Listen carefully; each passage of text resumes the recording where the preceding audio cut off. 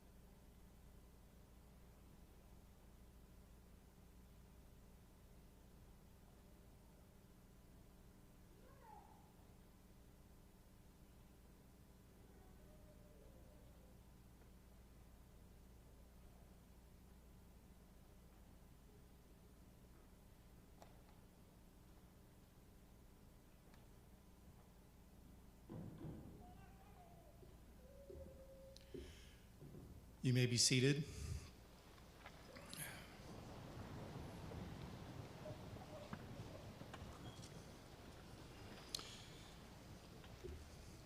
We want to welcome you here. I'm Dan Peterson. I'm the fire chief for Unified Fire Authority. We're here to honor the life of Merrill Bone. We are treating Captain Bone's passing as a line of duty death, or LODD. We have responded to thousands of COVID-related emergencies over the last 20 months. Our firefighters have utilized all of their personal protective equipment. However, still 104 UFA employees have tested positive for COVID since March of 2020. 90.1% of our 694 employees have voluntarily received the vaccine. Captain Bone was one of those, and among a handful of fully vaccinated firefighters who have experienced a breakthrough case. Today, we're honoring a man who gave 39 years of service to our communities and lost his life while providing that service. Today is an opportunity for you to learn more about Captain Bone, pay tribute to the man, and honor the family that shared this wonderful person with us for 39 years. Please welcome Unified Fire Honor Guard Team Leader, Jared Wayman, who will read the firefighter prayer.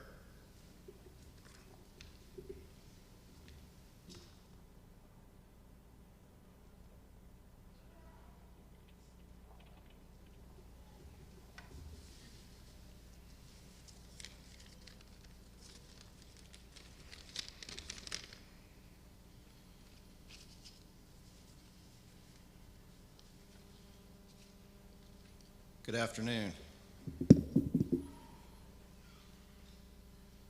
Does this look like Merrill? Listen, bud. I have to start it out that way because I don't know if I'll end that way, so I apologize up front. In Merrill fashion, he researched, he was very well educated, and when he taught you something, he knew what he was talking about. So, when I was asked to have the honor to give the fireman's prayer, I thought, well, I better give a little bit of history on what this means and where it came from. So there's a lot of different versions out there, but the one that I know of that's the true version that I like is by A.W. Lynn. He was aptly named Smokey. He joined the Wichita, Kansas Fire Department just after World War II, after serving through the war. So I'm going to read a little bit about the history of why he wrote this prayer. One night, Lynn arrived on scene of a fire where several children were trapped in a building fire. Try as they might, Lynn and his fellow firefighters were unable to make the rescue due to the intense heat.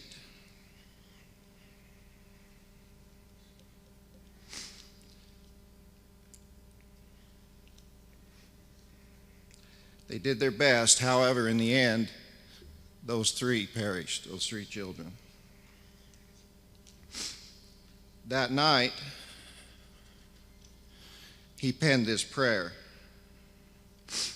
It's known worldwide now as the firefighter's prayer. And I think the words show the pain that he was feeling. It might be difficult to understand where he was coming from unless you've went through that. So I think most firefighters will understand what these words mean. When I am called to duty, God, whenever flames may rage, give me the strength to save some life, whatever be its age. Help me to embrace a little child before it's too late, or some older person from the horror of that fate. Enable me to be alert and hear the weakest shout, and quickly and efficiently to put the fire out.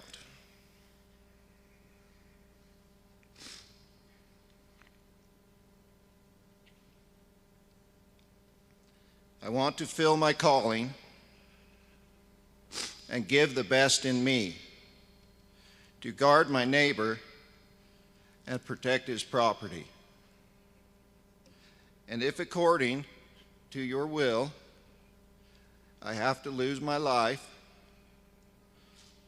please bless with your protecting hand my children and my wife.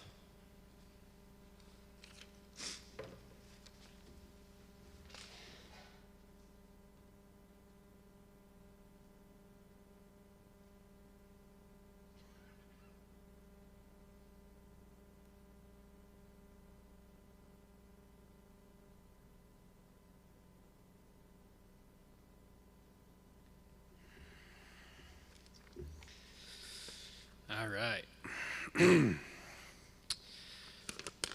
Jared, I might need to borrow your readers.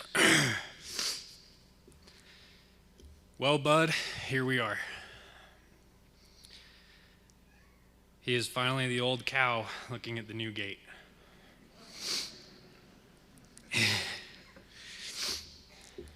My name is Trevor Bone. I'm the youngest of Merrill's children. I'm going to try my best to keep my composure today. Hopefully we can get through this all together. Merrill Lloyd Bone was born on May 26, 1960 at LDS Hospital. He was adopted by Beverly Jean Schroeder Bone and John Lloyd Bone from LDS Church. Dad was the second of 5, his older deceased brother Bradley, and then 3 younger sisters, Sherry, Lisa, and Kim. Knowing Dad, you can only imagine what he was like when he was a young child. He began running around at just 8 months old, just to get out and start doing things as quickly as he could. As a toddler, he would attend events with his family. At the age of 2, these events sparked his initial love for animals. Much of this love stemmed from the state fair that he would attend with his family.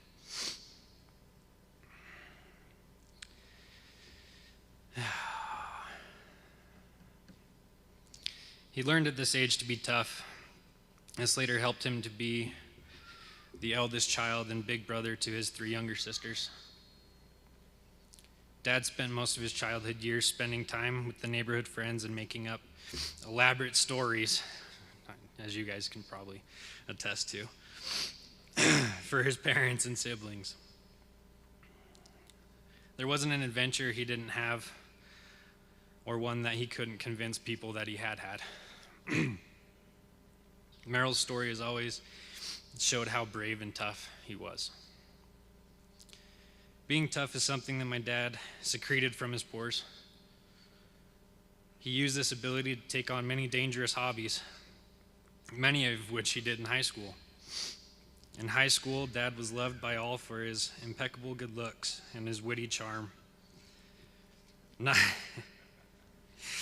Sorry.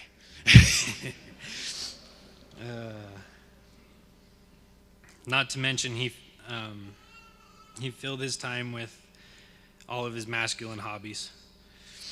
At an astonishing 167 pounds, he was a member of the Letterman Club, the varsity football team, varsity wrestling team, and finally the FFA, where he discovered his love for riding bulls. His senior year, when asked what his life aspirations were, he said, "Football and cheerleaders, here I come." He did finally get there, going to play football at Dixie State. Throughout his young adult years, he continued sports the best his knees would let him, and bull riding. He always stated there wasn't a bull he couldn't ride, but many people never got the opportunity to see him actually ride instead of fall off. Although he enjoyed his new career in bull riding, he always needed more. Why have one career when you could have many? He started his work path milking cows down at a nearby farm and then into bull riding. From there, my father would bless the world as a realtor, a fire apparatus salesman, dive instructor, licensed contractor, and entrepreneur, just to name a few. During this time, he was blessed with his son Travis and daughter Megan, gifted with Emily, and diagnosed with me.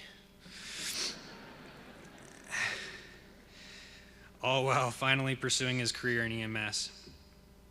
He started his EMS career with Huntington City and then moved to employment at Gold Cross Ambulance. He worked at Gold Cross for a few years, gaining valuable experience, and worked on obtaining the certifications to become a firefighter that we all know and love today. When the opportunity presented itself, he took his first position in the fire service with West Valley City Fire Department. After a year working in West Valley, he took a new position with Salt Lake City Fire Department. As a probationary firefighter, Dad fought for the opportunity to go to paramedic school, which in that time was unprecedented for a probationary firefighter to go.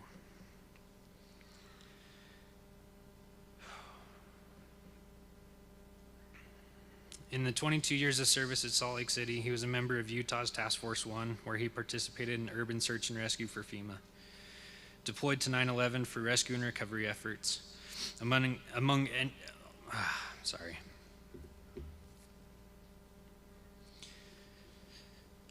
many other deployments, and continued educating himself and obtaining multiple certifications. He helped train and mentor many of the personnel that make up the current department. If you weren't trained by my dad in some fashion, your trainer was.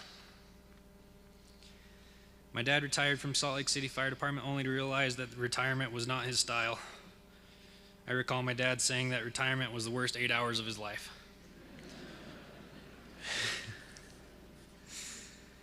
He then stepped into his final fire home with Unified Fire Authority.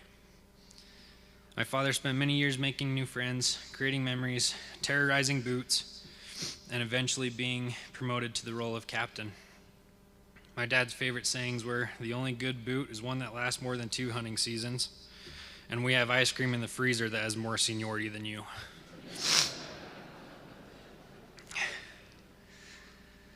After my dad's promotion to captain in 2013, he swung into multiple stations, but was finally given a home at Station 111. Although having a home, I cannot think of a station my father didn't work at some point. My father spent much of his time mentoring, teaching, reteaching, and reteaching. He would usually start out his trainings with, "Well, bud, what can you tell me about blank?"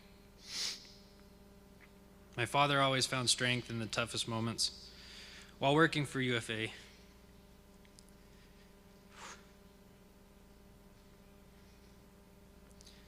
he was diagnosed with and beat cancer. After defeating the cancer, my dad went right back to work. He never really stopped working, actually, while he was going through cancer. Other than marrying his amazing wife, Lori, the day he passed his return to work was one of the best days in the last year. My dad began a new battle fighting for his life against COVID-19 virus less than 30 days ago.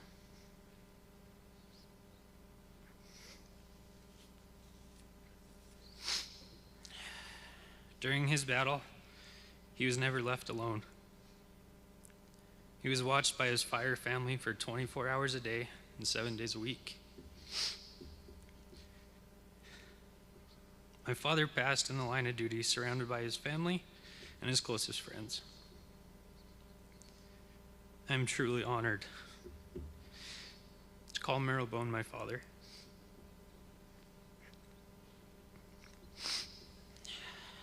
Damn contacts.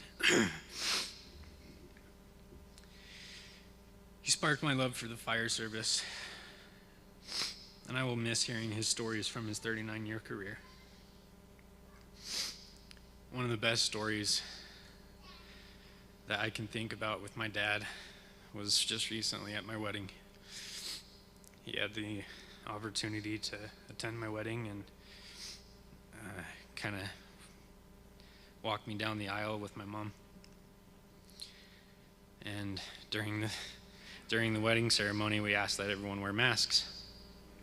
And in Merrill true fashion, his mask was a picture of a bearded man smoking a cigar.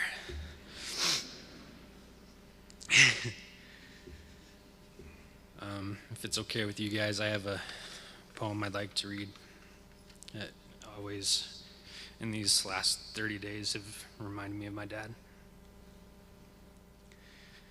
This is called When Tomorrow Starts Without Me by David M. Romano. When tomorrow starts without me, and I'm not here to see, if the sun should rise and find your eyes are filled with tears for me, I wish you wouldn't cry the way you did today, while thinking of all the many things we did not get to say. I know how much you love me as much as I love you. Each time that you think of me, I know you will miss me too. When tomorrow starts without me, please try and understand that an angel came and called my name and took me by the hand. I promise no tomorrow, for today will always last. And since each day is the exact same way, there is no longing for the past. So when tomorrow starts without me, do not think we're apart. For every time you think of me, remember I'm right in your heart. Thank you all for being here and honoring my father. We are blessed to see all the lives he has touched and to see the far reach that he had. Thank you.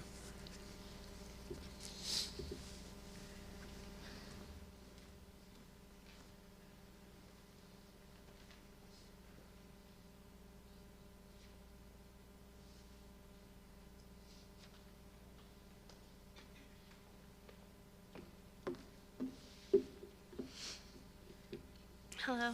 Thank you all for joining us today to celebrate the life of our friend, our brother, but most importantly, our father and our papa.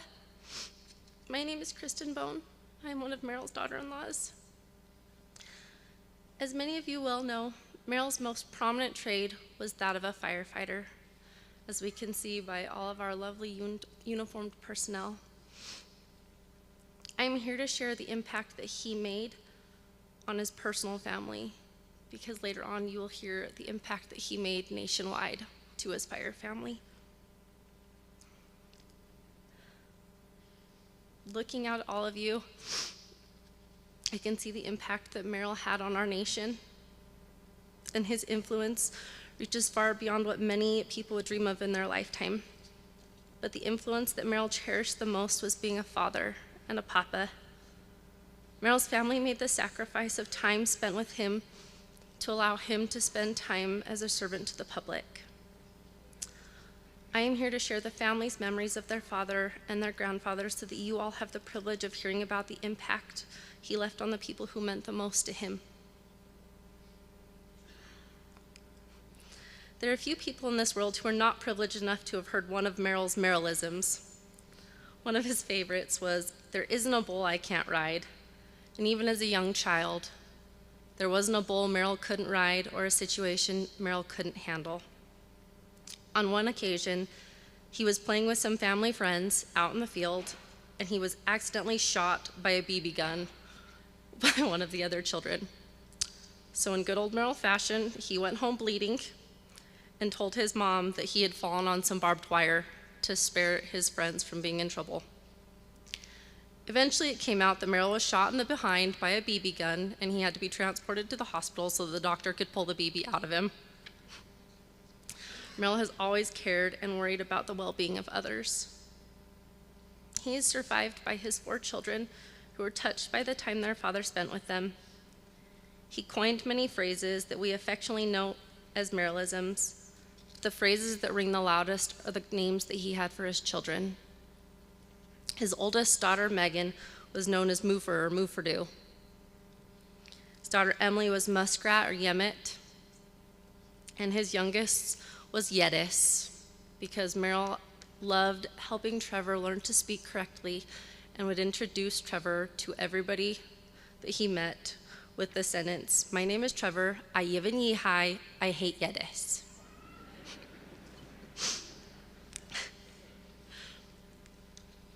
If you ever had the opportunity to meet Merrill, you were touched by him. This made it difficult because everywhere that Merrill went, he knew someone, or everyone.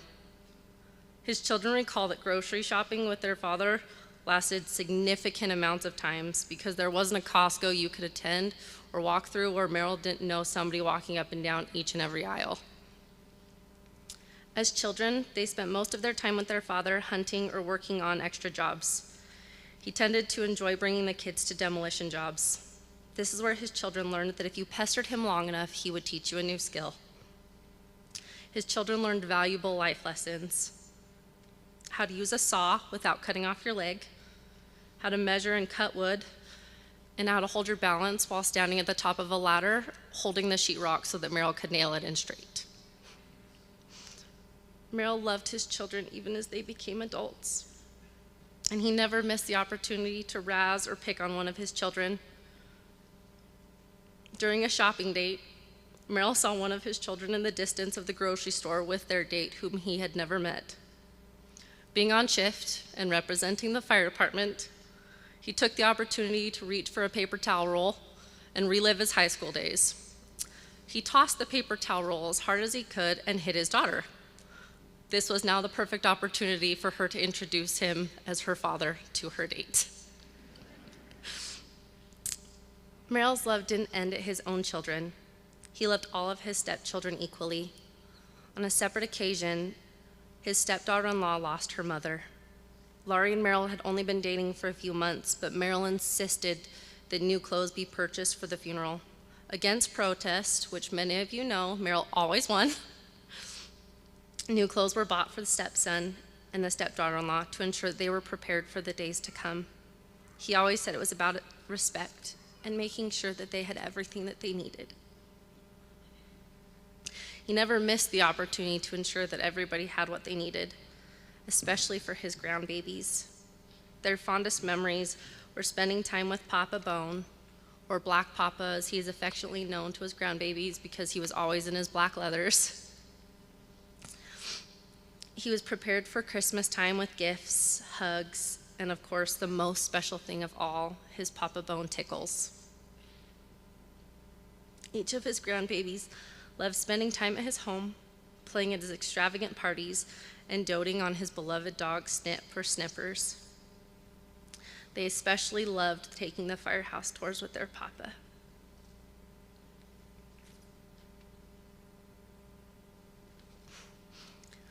My 5-year-old son spent most of his time with his papa at his home in Francis or at Station 111 in Magna, where Merrill finished his time in the fire service. One of his favorite memories of Papa is when Merrill let him pick out a new excavator for Firebone construction. Of course, he flipped through every page in the magazine and found the biggest and most expensive one. And sure enough, a few weeks later, Merrill purchased this extravagant excavator that was chosen by a 4-year-old. This was then magnified by the fact that he told Merrill he wanted to be a firefighter like his papa and his daddy. Merrill jumped out of his seat. Pardon me. He returned a few minutes later with a handful of stickers, a plastic badge, and some fire boots, a little pair of child turnout boots. Days later, Merrill showed up with a firefighter's gear set. This included a helmet, shield, radio, mask, extinguisher. Merrill gave everything he had to every moment in his life. He had a saying for just about everyone and a solution to every problem and a certification for any course you could get a certification in. I myself have shelves of medical books that Merrill gave to me to ensure that I knew every possible combat medicine procedure for the next time that he decided to drag me out to go hunting in case one of us shot the other. He gave something to everyone, whether it be love, kindness, or the fear of God. But you never left empty-handed. He prized education in the fire service. One of his proudest moments was watching his youngest son be sworn in as a firefighter. After discussing how proud of a father he was, he also made sure to mention that it wasn't too late to still go to college and get a real job. He took pride in all of his work, but he took the most pride in telling his children how proud of them he was. He never missed an opportunity to tell others how great his kids were. He left lasting memories with everyone, and they will live on forever. On behalf of the Bone family, I'd like to thank you all, everyone who's here, who's watching from a distance, for all of your love, your support, and for everything that you have done for this. I'd like to leave you with a few words from Merrill Bone. Do you want sushi? I don't need bait.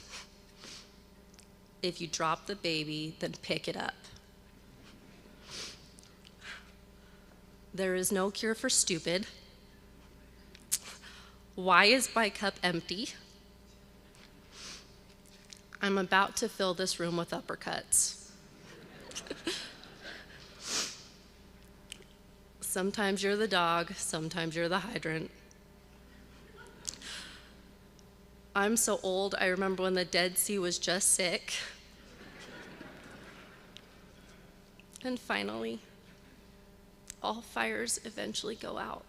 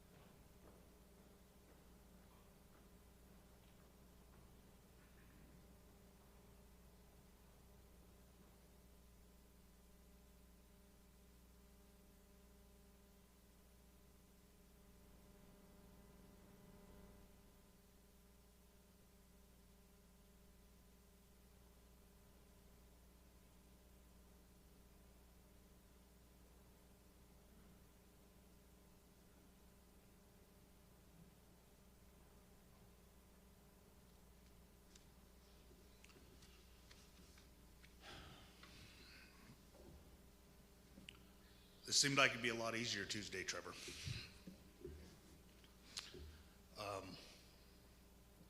Been a long couple weeks.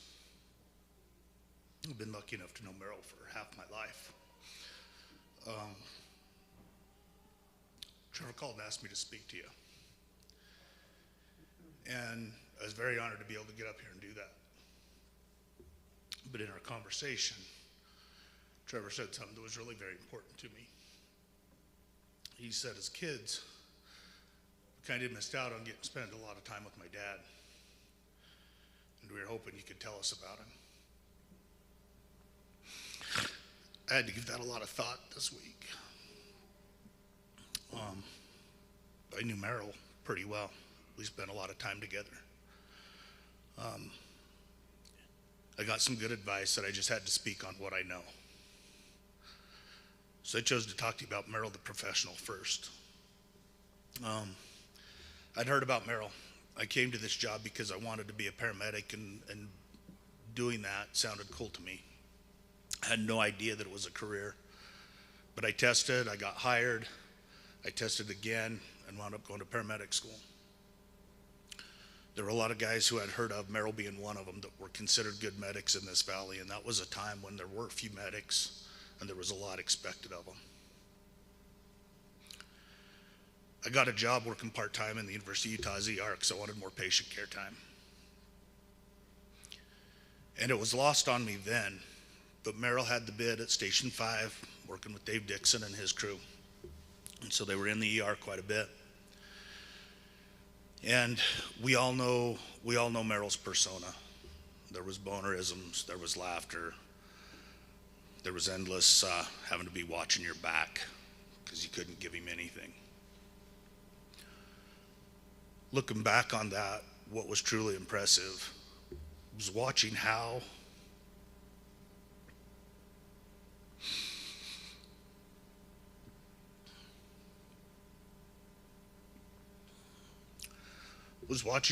some of the most talented emergency professionals in the state respected Merrill's skills.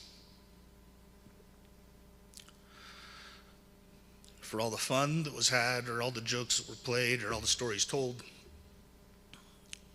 when that patient was critical, that staff took Merrill seriously. It was a few years later, Merrill and I wound up in an Officer 1 class that was being taught at Station 1 in the city. This was kind of when our relationship started in earnest, as Merrill asked me out on our first date. I got pretty excited because it was an overnight date to wine country in Sonoma.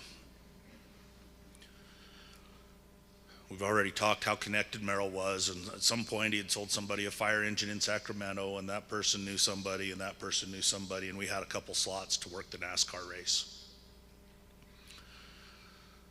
The timing for that was really critical. Dale Earnhardt had just been killed. And at the time, NASCAR used pretty much what the tracks had, and a lot of tracks staffed their rescue crews, which is local firefighters, whoever would volunteer, whoever kind of wanted to come out and work for free. With Dale's death, the pressure on NASCAR to have a more professional response on track was really high. So we're there working, and in true Merrill fashion, the networking began. And it's really easy to kind of maybe not see past Merrill's fun time, Merrill talking, but that was exactly how he got in everywhere. And he was serious, and he was genuine in his desire to make something better. For the next few years, we traveled. If we weren't on shift with our respective departments, Merrill and I were probably holed up in a hotel somewhere. We were working hard with NASCAR, coming up with plans, procedures. At the time, it was unheard of. Merrill wound up getting us a chassis from Joe Gibbs Racing to practice with. Teams that's just something they don't do. They don't want that car out there for anybody to be able to look at. We went through that, and at the same time, Merrill and I were working, doing a lot of USAR things. We deployed to 9/11. And the same type of thing, it was a watershed event. And true to form, just being part of it wasn't in Merrill's game plan. It wasn't very long. Merrill was pushing the medical specialist in a direction that he saw. He got involved. He worked hard. He wanted to change. He made his way into the med group development subcommittee, started doing things. And the whole time, I just found myself trying to keep up.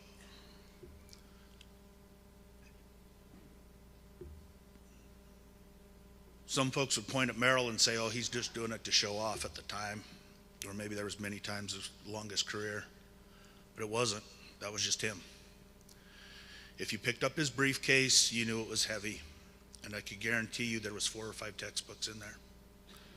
I don't know of any other paramedic in my career that got Mosby's revised edition every time it was put out, along with Brady's revised edition every time it was put out, along with contacting the authors, along with having email relationships with docs, nurses, and other paramedics across the country who were developing the curriculum at the origination level.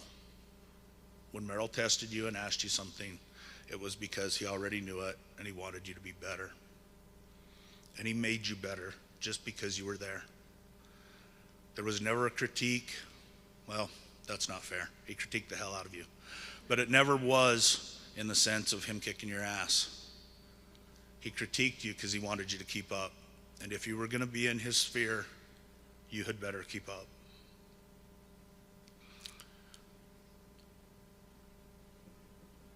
On the heart side of things, we know Merrill had a big heart.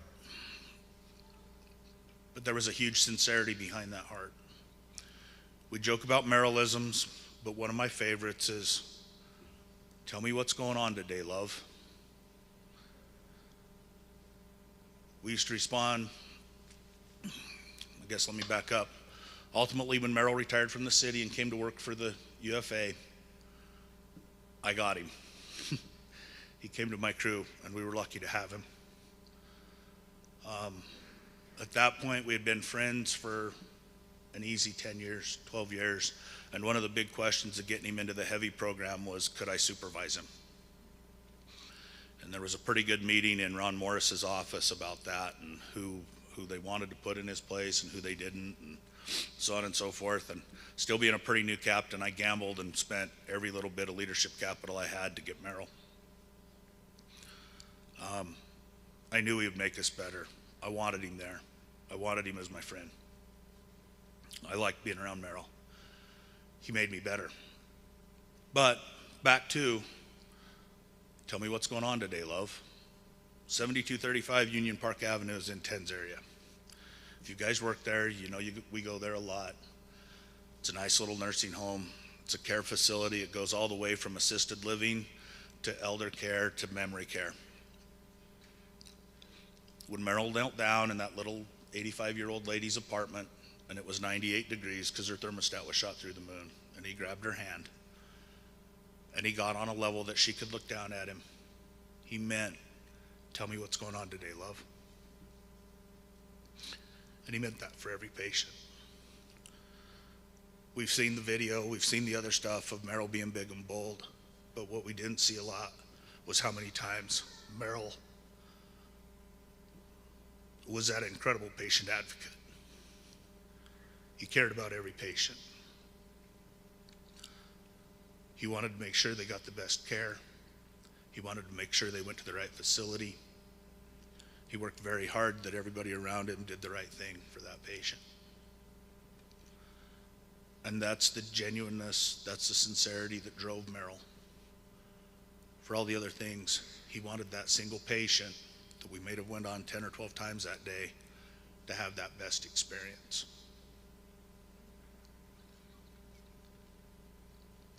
I saw a lot of things bring Merrill joy. There was little things. We could go out with friends, we could have a good dinner, there was a good steak, there was jokes, there was all of those things.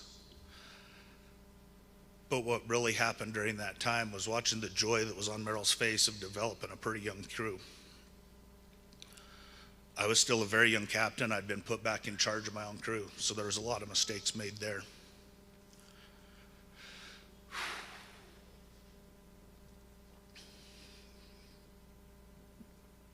Merrill had a young partner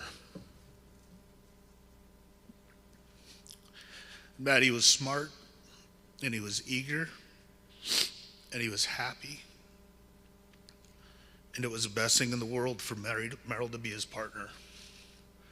Not just because it developed Poops into a really great paramedic, because it was one of the things that brought Merrill great joy, and that he was proud of, and that he could see the value in all of the sacrifices that he had made to help somebody else make their career better. It was really important to see that, and it helped me learn a lot during that time of how to treat people and how to reorganize my priorities. So when Trevor said, "Tell me about your dad," what I was scared of was I didn't want to come up and say great things about Merrill when maybe at times you missed him or he missed out on something important. But I wanted to leave you with a message that what Merrill did mattered on an incredibly personal level to us. I can't speak for anything else, but I'm going to miss him a lot.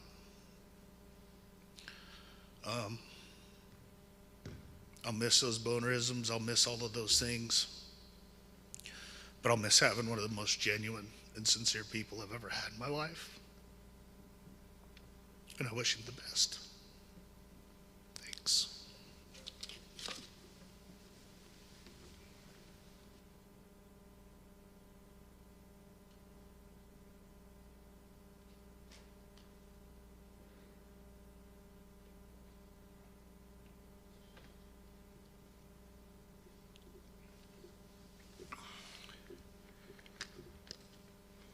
I had to write mine down word for word.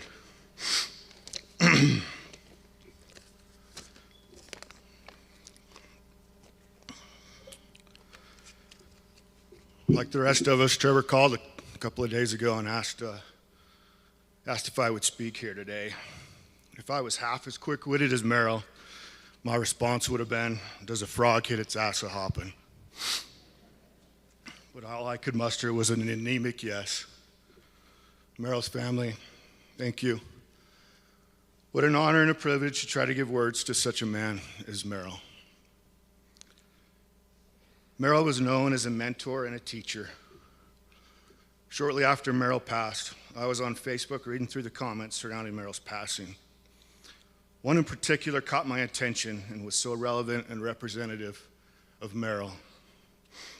Joe Foreman, who's one of Merrill's paramedics at Station 111, commented that Merrill had always said, "The knowledge you have in your head is not yours to keep." Thanks, Joe, for reminding me of that Merrillism. Not one of his funny or witty ones, but one that truly reflects Merrill and his constant pursuit to pass on the knowledge and the tradecraft that he possessed. Merrill taught me a valuable lesson early in my career. We were on a USAR exercise in Butte, Montana. We were there to participate in a regional training exercise. I was a young rescue squad officer, and man, I thought I knew it all. I was about to be educated otherwise. One of the scenarios was a simulated floor collapse in an old high school there in Butte. The scenario required our squad to perform a clean breach through the concrete floor to rescue a victim trapped below. For those unfamiliar with the term, a clean breach means that all the debris comes out of the hole, not in the hole on top of the victim. As part of this process, we drill a core hole through the floor. We do this for a couple of reasons. First, so we can get a search camera down to locate the victim, assess their situation, needs, injuries, etc. Second, so we can see how thick the concrete is. In this case, it was thick enough that a single pass with our saws wouldn't cut all the way through. When a concrete slab is too thick to cut in a single pass, we use a technique called a step cut. We basically step our way down until we have the depth needed to make a clean cut. Then we'll lift the slab out in one piece. For those who have not done this technique, it is a time-consuming process.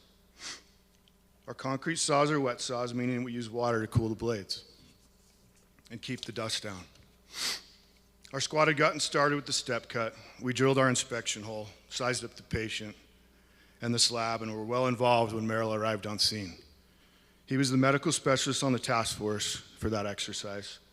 He proceeded to size up the situation, then asked, "Who's in charge of this operation?" Well, I step up proudly and say, "I am."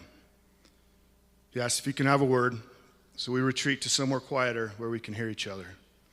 Merrill proceeded to ask all kinds of questions regarding the operation, and I was answering confidently. Remember, I knew it all at this point.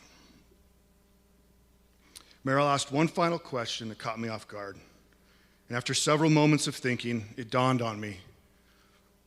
All the color drained from my face, stumbled around trying to find an answer, salvage my self-image. Before I can muster a response, Merrill turns to me, and as only Merrill can, says, "Well, we might as well get the coroner here, fill out the death certificate, mark the cause of death as drowning." You see, we'd been running wet saws for over an hour, and for the better part of that hour, water had been pouring down our inspection hole. It never even dawned on me to account for where all the water was going. Merrill's simple question of "Where do you think all that water's going?" put me on my heels, opened my eyes to the big picture of what was actually going on that I couldn't see due to my arrogance and my tunnel vision. We were drowning our patient. The simple lesson, as only Merrill can teach, opened my eyes to the value of teamwork, listening, soliciting advice, and help from those with expertise and know-how. My arrogance clouded my ability to see the big picture, and Merrill had an uncanny way to humble you and clear your vision. It often felt like the boot to the back of the head. It was a common occurrence after a significant call for Merrill to gather the crew and discuss what went well and what went poorly and how everyone was feeling about the situation. Merrill called this taking it to church. It didn't matter if it was 2 p.m. or 2 a.m., he'd put on a pot of coffee, and everyone would gather at the kitchen table and hash out whatever the topic was until everyone was comfortable with it. He used this as a teaching moment as much as a debrief for the crew. Not only did he care that it was done better next time, he cared that the crew members had the opportunity to talk through the difficult calls and get it off their chest. Merrill accounted for a lot of training of firefighters, EMS personnel, and rescuers across this valley, the state, and nationwide. As already been said by Trevor in jest, right? If you weren't trained by Merrill, the folks who trained you were trained by Merrill. With all Merrill has done and all he's influenced, it seems as if Merrill has been around forever. Even Merrill admitted it. I mean, he was so old he remembered when the Dead Sea was just sick. Right, Trevor? I had the honor of being an instructor alongside Merrill at UVU's Recruit Candidate Academy. Merrill began instructing there in 2009. He spent 11 years and saw over 500 recruits come through the program. I reached out to Captain DeJornet to help me sum up Merrill's time at the RCA. We landed on this. The instructor cadre decided to no longer assign Merrill classroom lectures. You see, Merrill had no time clock. He could really dive into a topic, cover it from top to bottom. He wanted to impart his 30 years of experience in a 1-hour lecture. He routinely went over the allotted time for the given lecture, putting the rest of the schedule behind. This was not intentional. It was just Merrill. He had a lot of knowledge, and he wanted to share it all. Merrill started teaching large animal rescue classes across the state and here locally to our heavy rescue companies. Merrill quickly became the LAR guru. The running joke was with all the time and effort he put into developing a large animal rescue program, he always seemed to be off anytime a large animal rescue call came in. On several occasions, he'd come in off duty to assist. If he didn't come in, he'd usually call the captain on scene and ask, "Well, what have you got, bud?" Or, "Hey, call this vet, or make sure you take him to that vet." I mean, this happened to me just a couple months ago. We got called to West Jordan for a horse in a ditch. I hadn't even made it to the truck. My phone's ringing, and it's Merrill saying, "Okay, bud, here's what you need to do." He always wanted to be where the action was. Merrill had a significant impact across the country and even internationally with his involvement with USAR. He's been affiliated with FEMA Urban Search and Rescue since 1992 with the inception of Utah Task Force 1.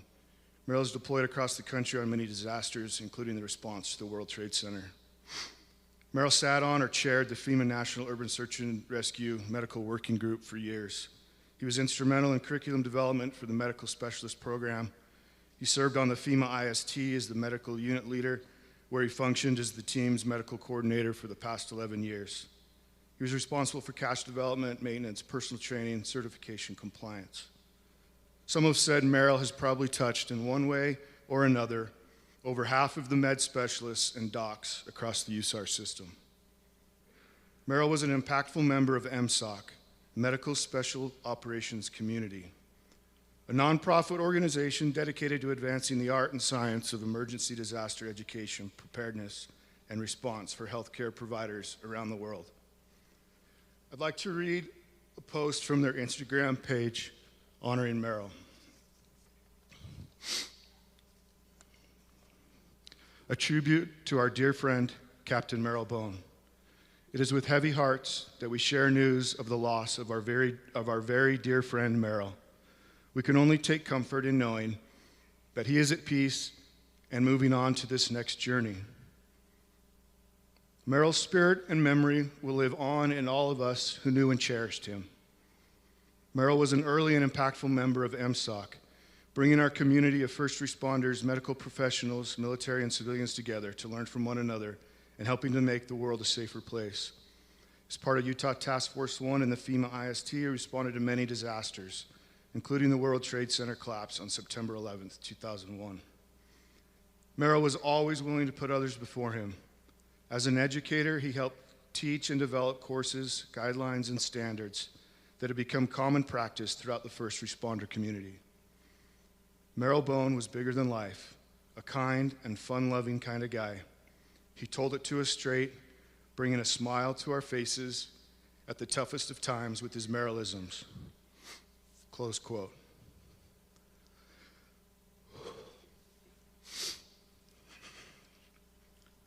Merrill had an immense impact on all he met. Merrill, you've left an enormous hole, and I don't know how we will process your loss. All I can say is, bud, we're going to have to take this one to church. I love you, Merrill. I miss you forever.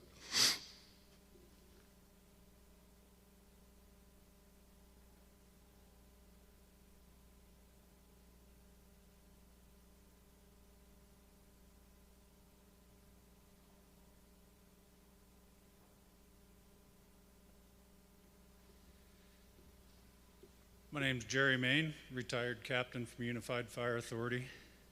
And like most of you, Merrill Bone was my friend, my brother, and so much more.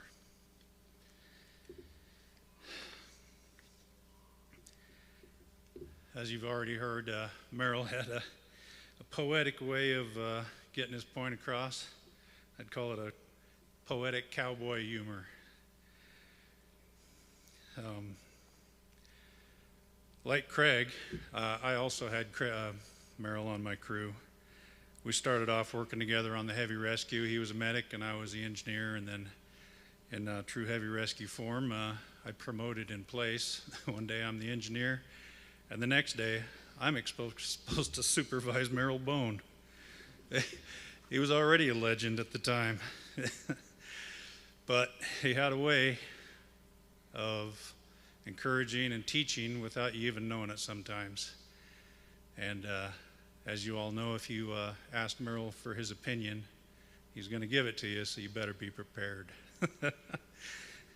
and I'm not saying to take it with a grain of salt. I'm saying to listen and learn from it. One of my first fires as a promoted captain, I asked Merrill his opinion on how my tactics were going. And he told me, "Well, bud, if your goal is to save the foundation, you're doing just fine. And I imitate him with the utmost respect. I actually feel like I'm pretty good at it, to the point where I used to do most of my Merrill Bone imitations for him. I loved repeating back all of his Merrillisms right back to him and watch his reaction. He'd giggle for a while and he'd kind of, and then he'd give you that look and you knew it was time to quit. Right now, though, I can't think of any more of them that would be appropriate for this venue, so I'll stop with that. Merrill and I worked together through the years on the USAR team. Craig and Merrill brought me into NASCAR extrication training and took me to California and Vegas, and I got to spend some time on the road and had a lot of fun doing that. It was serious business, like Craig had said, but we had a great time doing some of that. Spent time on the crew with Merrill, and I spent time with Merrill on my crew. And as I said, he had a way of teaching you without being the tail wagging the dog. He could teach you throughout any situation and make you better at your job without making you feel bad about the job you had done, except maybe for Nate.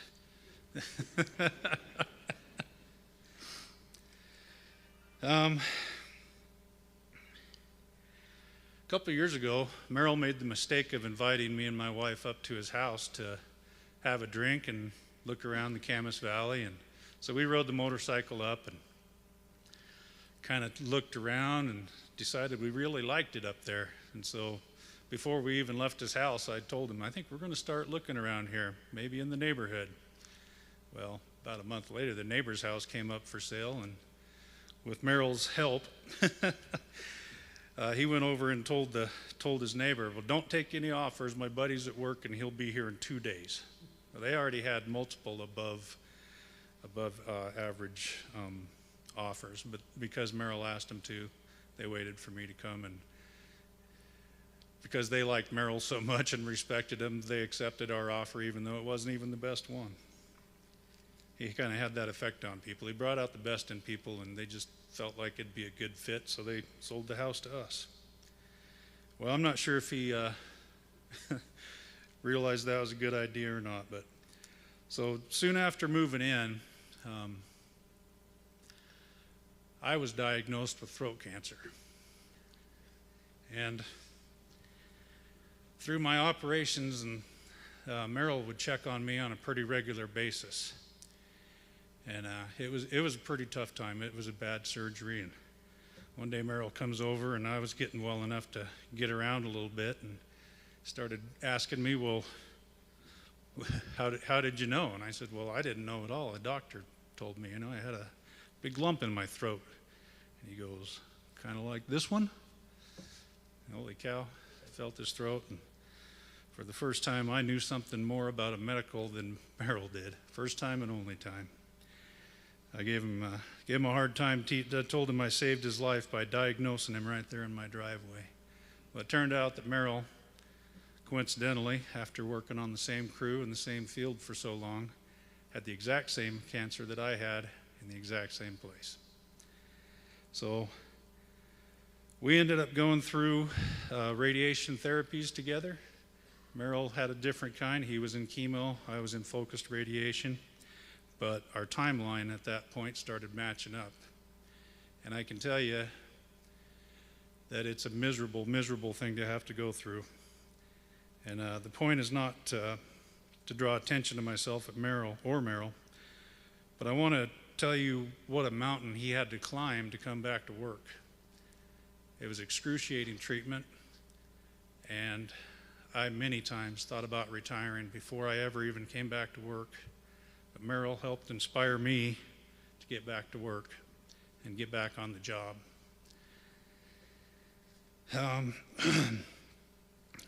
While we were coming to the end of our treatments, we were still off on sick leave. Merrill thought it would be a good idea to install this giant pergola in his backyard.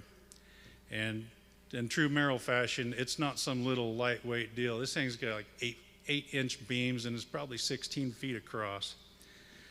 Well, on day one, we had the support of the neighborhood. We had a highway patrolman, we had a construction company owner, and me and Merrill. I was only supposed to be there for the use of my tools, but well, they started putting it together. They got the main framework up, and Merrill said, well, I think we can take it from here. And by day two, public interest had waned, and it was just me and Merrill. The first thing we figured out was the good intended neighbors put everything together backwards and upside down. So we spent the first day just fixing what they had done. During this time, we went ahead and broke out the instructions, because that seemed like a good idea at the end of the second day. And this job was supposed to take 4 to 6 hours with 2 to 3 people. Well, we weren't in the best of shape. We were a couple of sick, stoved-up old gomers, and we had to take breaks about every 10 minutes, lots of water breaks. Unfortunately, it was water breaks. We weren't allowed to have any beer or whiskey on our treatment plan. Well, it took us 4 days and then a little more on the 5th to get that thing put together, but we got her done.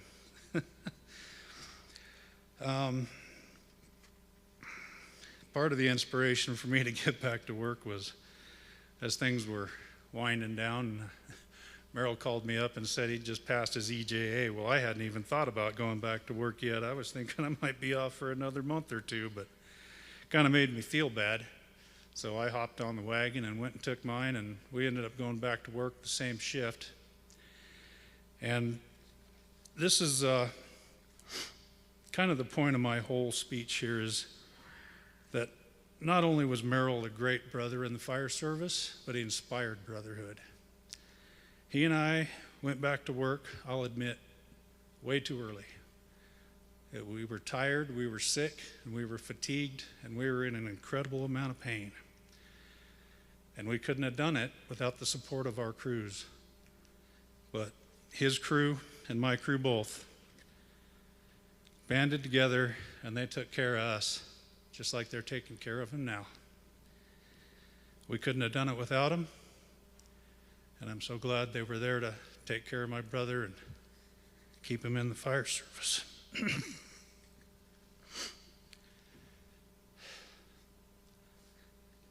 Well, I lasted about another 6 months, and I decided I was at a point in my career that it was just the right time for me to go. So I retired earlier this year, and I've bent Merrill's ear many a times trying to get him to go with me, but he just didn't have it in him. Merrill, I think, was going to be a firefighter till the day he died. I think he already knew that.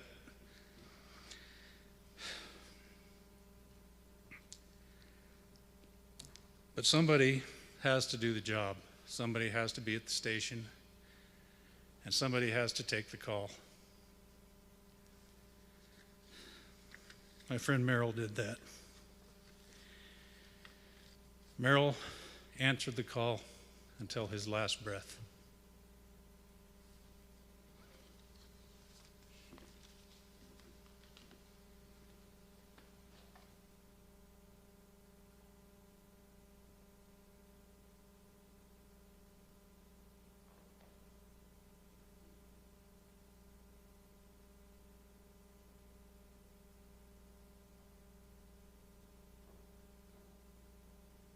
Holy cow, Merrill, what you've done. Whew. I'm used to fixing the shit he breaks, but I don't think I'm gonna fix this one. If you guys don't know me, I'm Tommy Miller. One of the paramedics with the Unified Fire Authority, as well as Merrill's partner in Firebone. He called me up a couple years ago and says, hey, I started a business, and I hear you're pretty good at doing concrete. I'm pretty good at breaking stuff. You want to come be my partner? Said, sure, why not? How hard can it be? Get to follow you. So just wanted to start. The first time I met Merrill, it was I started out at Gold Cross Ambulance. It was a cold night just after Christmas, probably 2003. Showed up on a call. It was a full cardiac arrest. Merrill had a new, I think he was a paramedic student. They were trying to intubate this guy, and we walked in the door. My partners immediately went to work, doing CPR and doing what they should do. And I stood there, scared to death.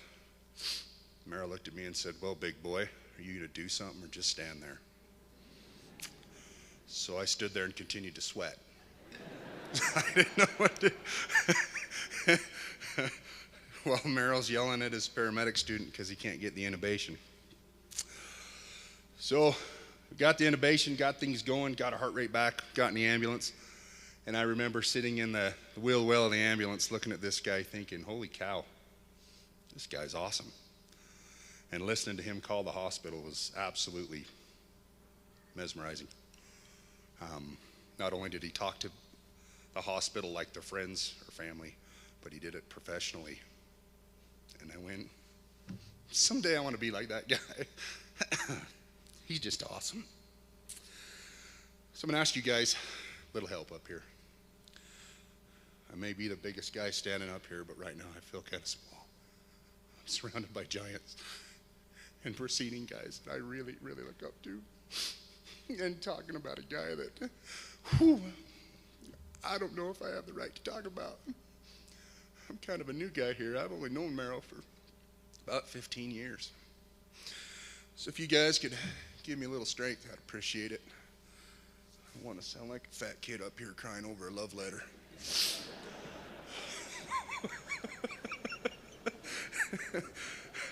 Which, if you guys haven't caught on, the only way we deal with this job is through laughter. However mildly inappropriate it might be, that's how we get through life. The other thing is, I want to echo what Captain Outson said. Trevor called me up. I was there when we decided this was what's best for Merrill in his condition. He said, "Hey, would you talk about Dad?" And I'm honored, but then I thought, wow, this is a big deal. I'm not sure I can do that. And he said, "Well, we don't have a whole lot of stories of our dad. We have some good memories, but a lot of it was at work." So, as Craig said, kind of struck home. A lot of us miss a lot of time with our kids, with our families, because we love it. We love the job. So if you all could do me that second favor, I'd like all sworn personnel, whether you're wearing a badge now or retired. If you've worked with Merrill, rodeoed with Merrill, or traveled with Merrill, please stand up.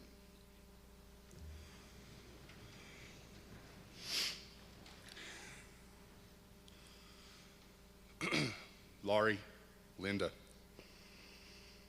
Megan, Emily, Trevor, Travis, on behalf of myself and everybody standing here, we want to thank you for the times you let Merrill come hang out with us, teach us, let us grow, and just be in our lives. We want to thank you for that. Let's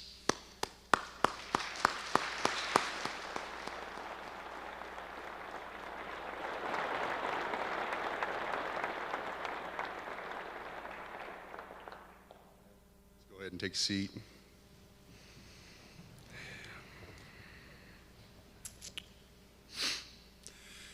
We'll fast forward a little bit, a couple years, paramedic school, a few more times of seeing Merrill.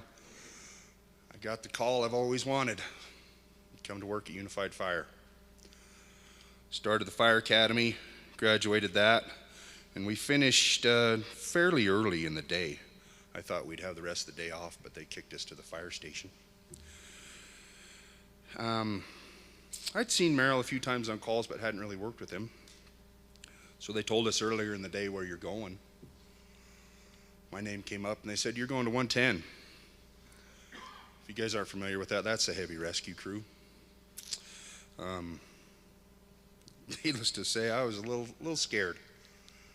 I showed up there about noon.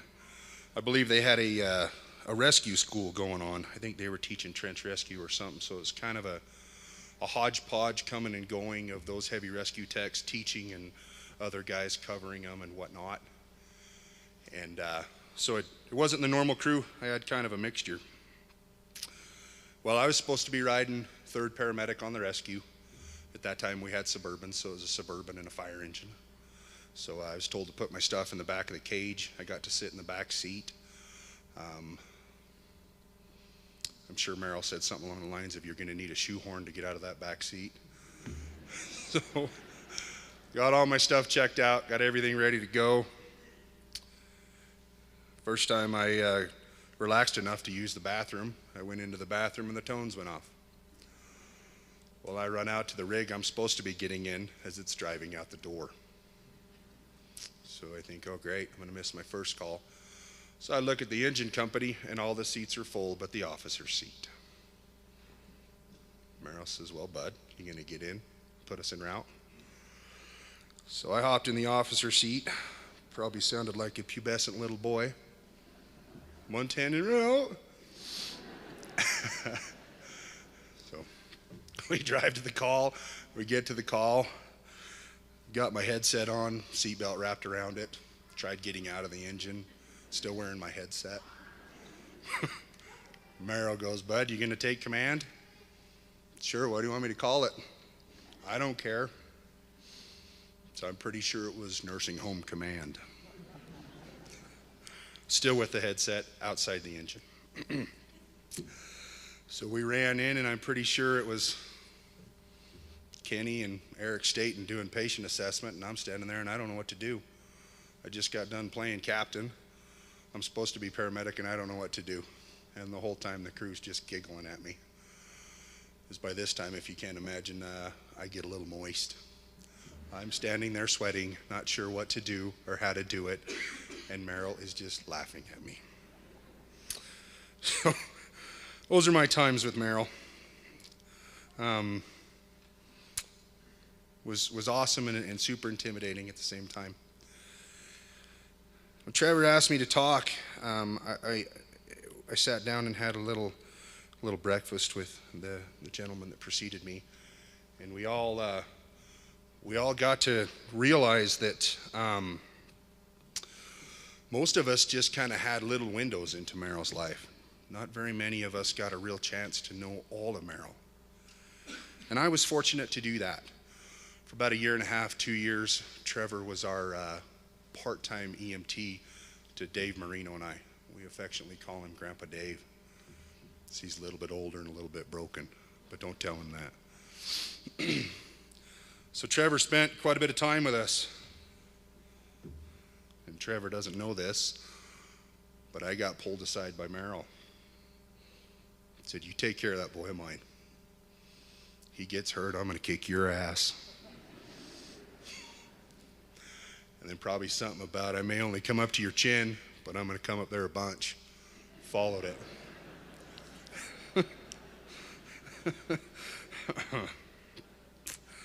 So we had a good time with Trevor. It was a lot of fun having him there. We got a lot of good memories with him, but that kind of gave us an end to the family and something that I really truly cherish over the last few weeks. Thank you. Thank you for letting me into that. So back to when Merrill and I started the business, it blew me away what he had. And if you know Merrill, what good is one when you can have two? So he called me up and said, "Well, I got 2 trucks, skid steer, an excavator, 2 trailers. How are we going to pay for them?"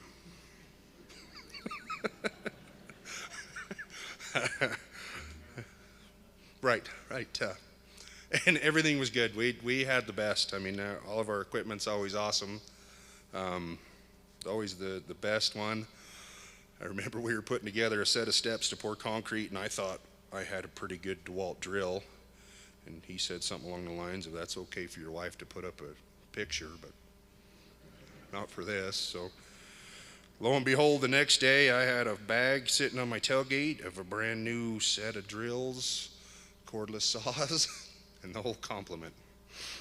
He said, "It's time you ought to have some man tools and stop using the Dora the Explorer stuff."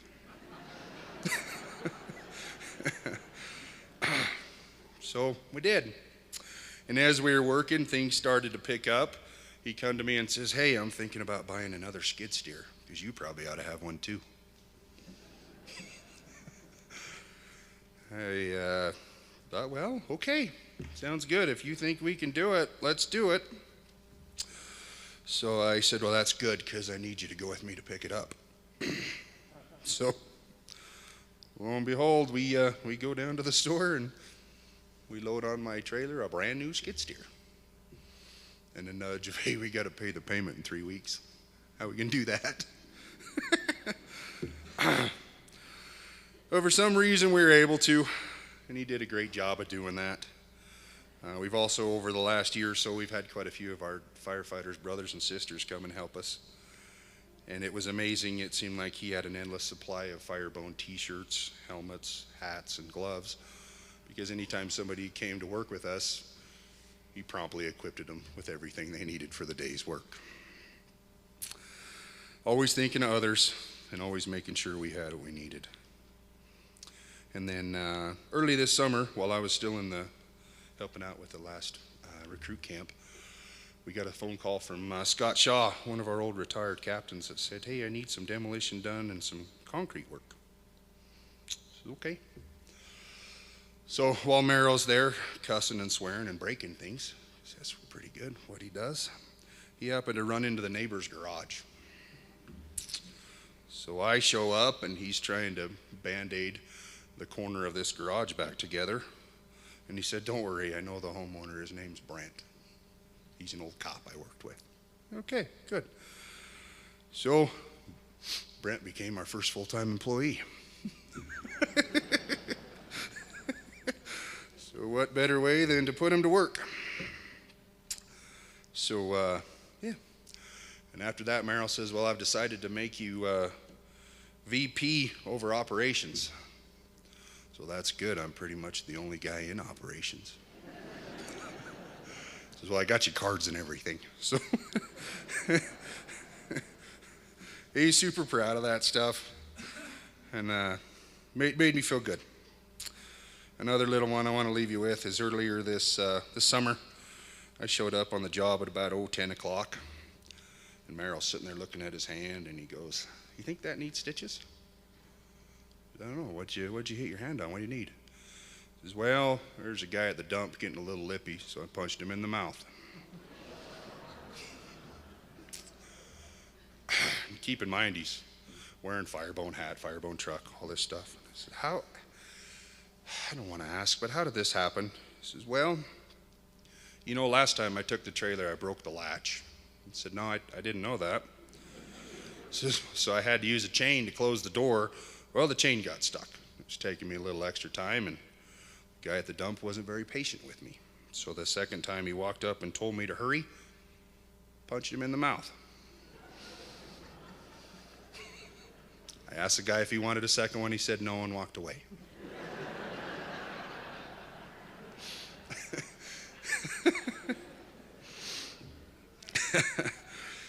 Okay, well, all right then. That's kept thinking I'm gonna get a phone call from somebody. I'm gonna hear something, but that was it. It was Merrill's fashion. The other thing that my family and I have got used to is over the last little while, Merrill was really, really good at communicating.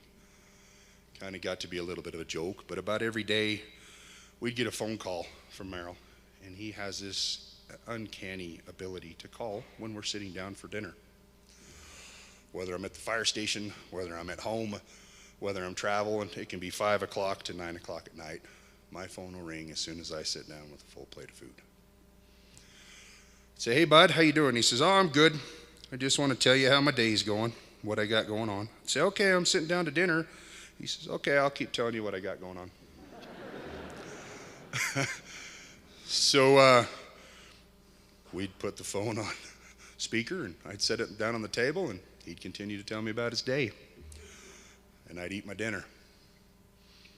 About the time I'm done eating, he'd go, well, anyway, I don't want your food to get cold, so I'll let you have your dinner. And I says, Merrill, it's already done. We're good. Oh, okay. Well, then let me tell you what I was thinking of doing. So, yeah, just sometimes it would get a little frustrating, but it was a fun joke, and I always enjoyed those phone calls of, hey bud, this is what I got going, and And even quite a few times he'd call and ask my opinion on how to take care of his crew, which I thought, man, I'm not an officer. I don't know. I feel sorry for my officer that has to babysit me. I'm not the guy to give advice. And he said, you are. You just don't have the badge that says you're the guy to give advice. And you need to understand that. So I guess that's Merrill's way of saying, well, bud, it's time for you to get up and talk about me. So here I am. If you guys wouldn't mind. I haven't talked to Merrill in a while. So I'm going to give him a call and tell him just how crappy my week's been.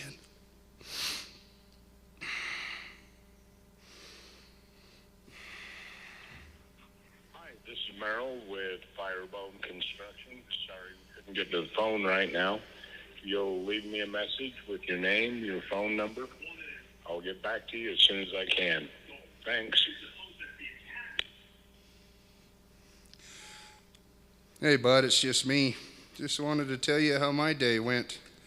Hope I'm not catching in the middle anything fun. Well, Sunday I got a phone call from a friend of mine. Wanted me to go to the hospital and help him with his dad. Said my dad's sick. When I got in there and seen him, constant dialysis on a ventilator, completely sedated. Trevor looked at me and said, my dad told me when he's here, we need to unplug him. We need to let him go. And I've been selfish. I was selfish and didn't want that to happen. So with the decision of his family and a nod from myself and Dave, we decided that's what's best. So I watched a good friend of mine draw his last breath and his EKG go asystole. And my clinical brain told me we're doing the right thing. This is what we should be doing. This is what Merrill wants. But my big old dumb heart was saying something else. At that time, I was also asked to be Laurie's right hand through all of this and make sure she was taken care of. And I thought, well, knowing that guy, I better do a darn good job of it. So I spent the last week getting to know this guy's family, what he meant to him, and what a big impact he did on them. Last night I got to see a viewing for this guy that was spectacular. Friends and family from all over came to give their last respects, one last time to see him. It was truly awe-inspiring and honored to be there to watch his family and be next to him. By the way, bud, this is you I'm talking about.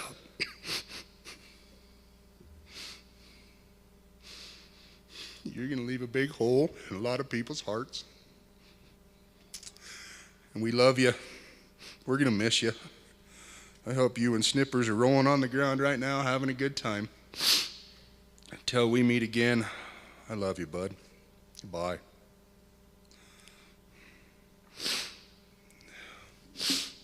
Well, brothers and sisters, I'm sure he wouldn't want it any other way. Did somebody put the lid in my flask on too tight? If you got one, pull it up. Cheers to Merrill. And screw COVID.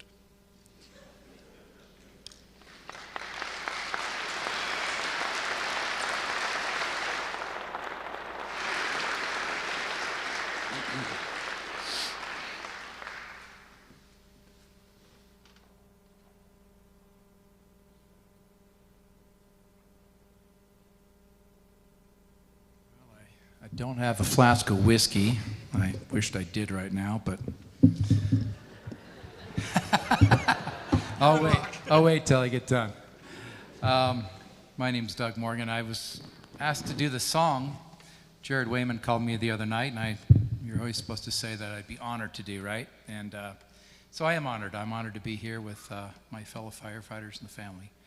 I tried to think of something meaningful to say before I sang the song, and I just thought about when my kids were young, I would read them stories at night.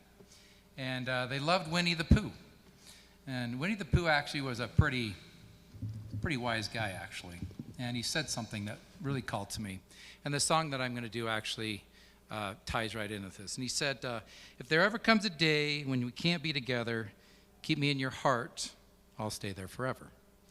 And so when I thought about what song I would do for this funeral, that really tied in. It's always hard to say goodbye to a loved one, doubly hard to say goodbye to a man as good as Merrill. He truly was a one of a kind. It's my hope that this song will provide some peace and comfort for you. It's called Keep Me in Your Heart. Can we get a little more on the down here?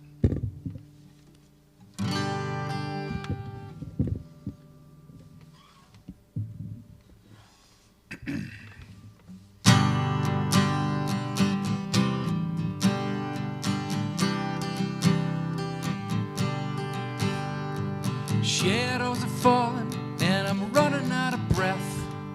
Keep me in your heart for a while. If I leave you, it doesn't mean I love you any less. Keep me in your heart for a while. When you get up in the morning, you see that crazy sun. Keep me in your heart for a while. There's a train leaving nightly called when all is said and done. Keep me in your heart for a while. Sha la la la la la la la la lo. Keep me in your heart for a while. Sha la la la la la la la la lo. Keep me in your heart for a while.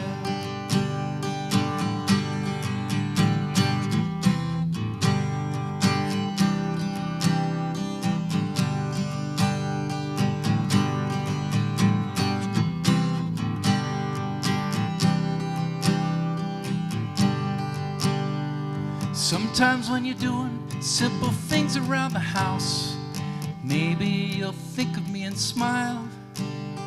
You know I'm tied to you like the buttons on your blouse. Keep me in your heart for a while. Hold me in your thoughts, take me to your dreams, touch me as I come into view. When the winter comes, keep the fires lit, and I'll be right there with you. Engine drivers headed north to Pleasant Street. Keep me in your heart for a while. These wheels are turning, but they're running out of steam. Keep me in your heart for a while. Sha la la la la la la la la lo. Keep me in your heart for a while. Sha la la la la la la la la lo. Keep me in your heart for a while.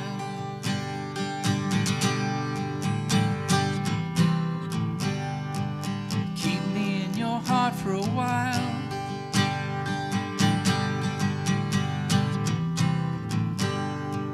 Keep me in your heart for a while.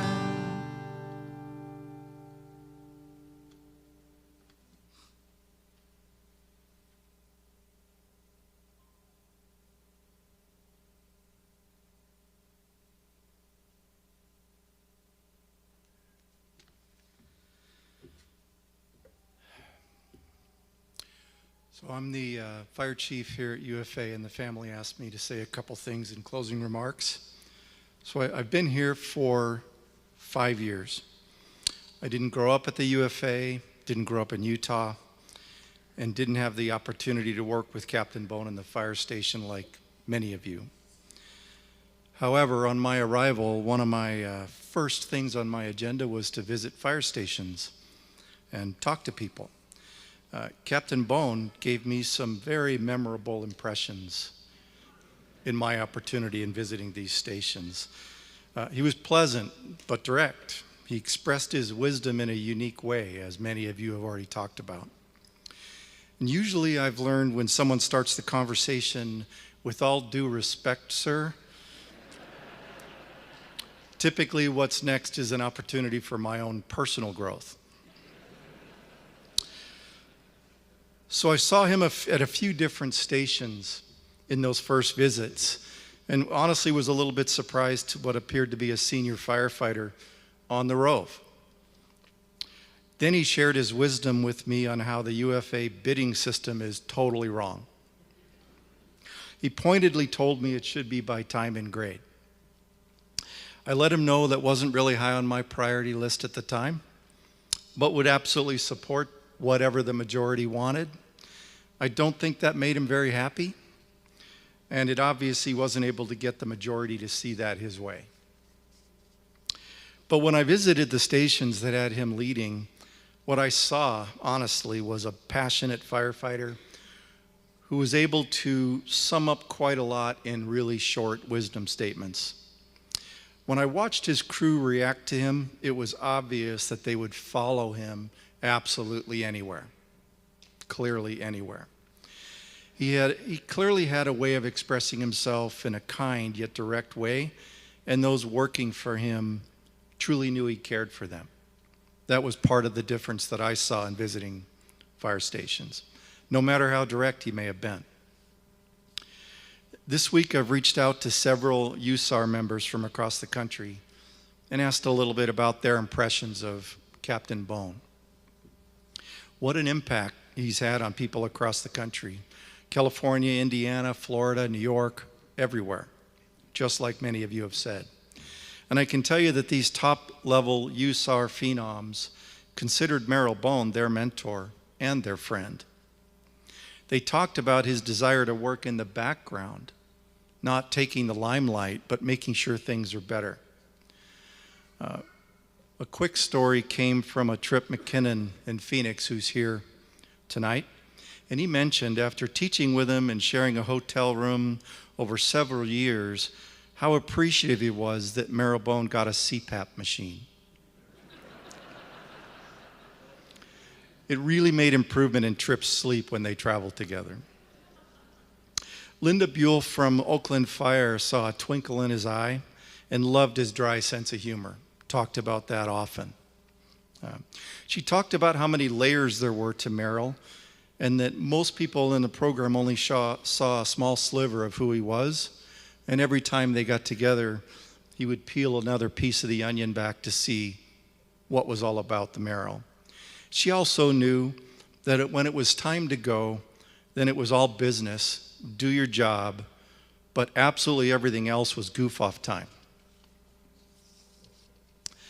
Director Gonzalez from New York City considered him a good friend who was always respectful and engaged. He was present in the conversation.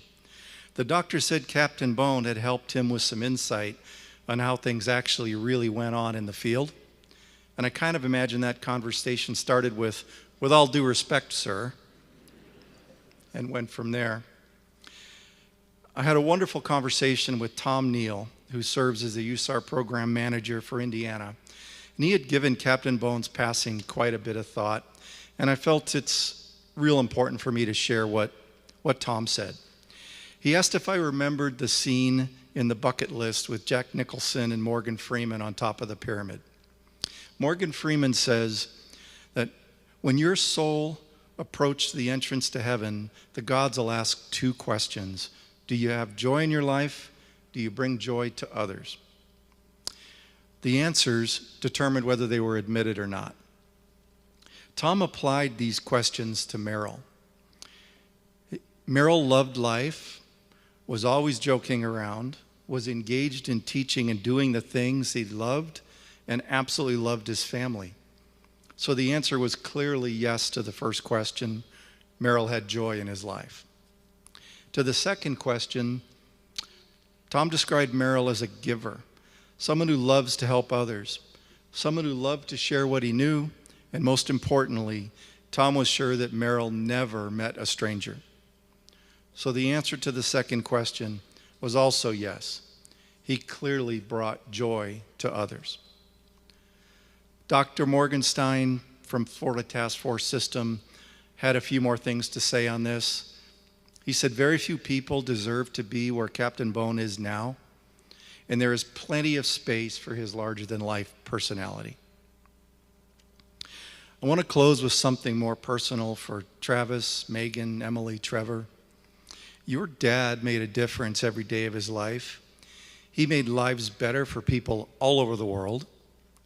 He was a professional and demanded professional performance. He has helped shape the culture of the fire service in a very positive way and had great fun doing it. Thank you for sharing your dad with us. We're all better people because of your generosity with his time on the planet.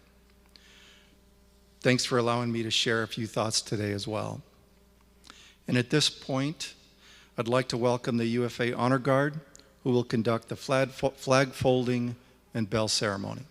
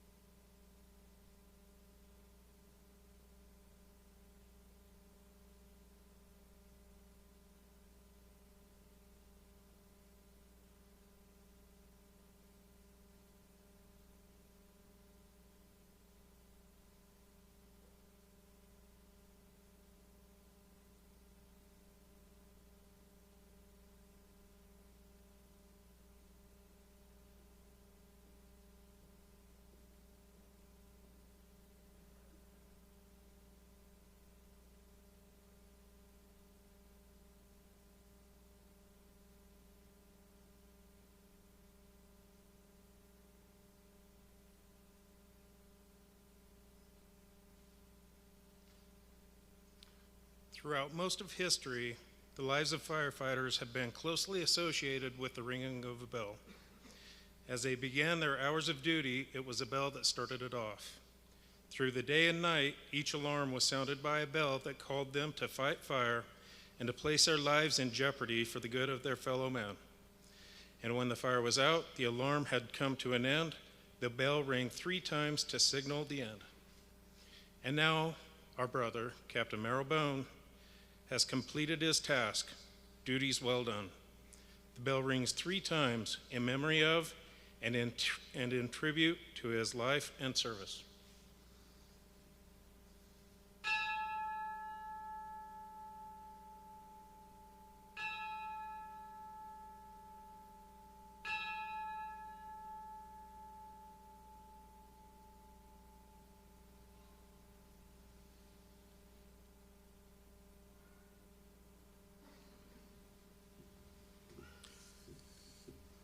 This concludes this portion of the ceremony.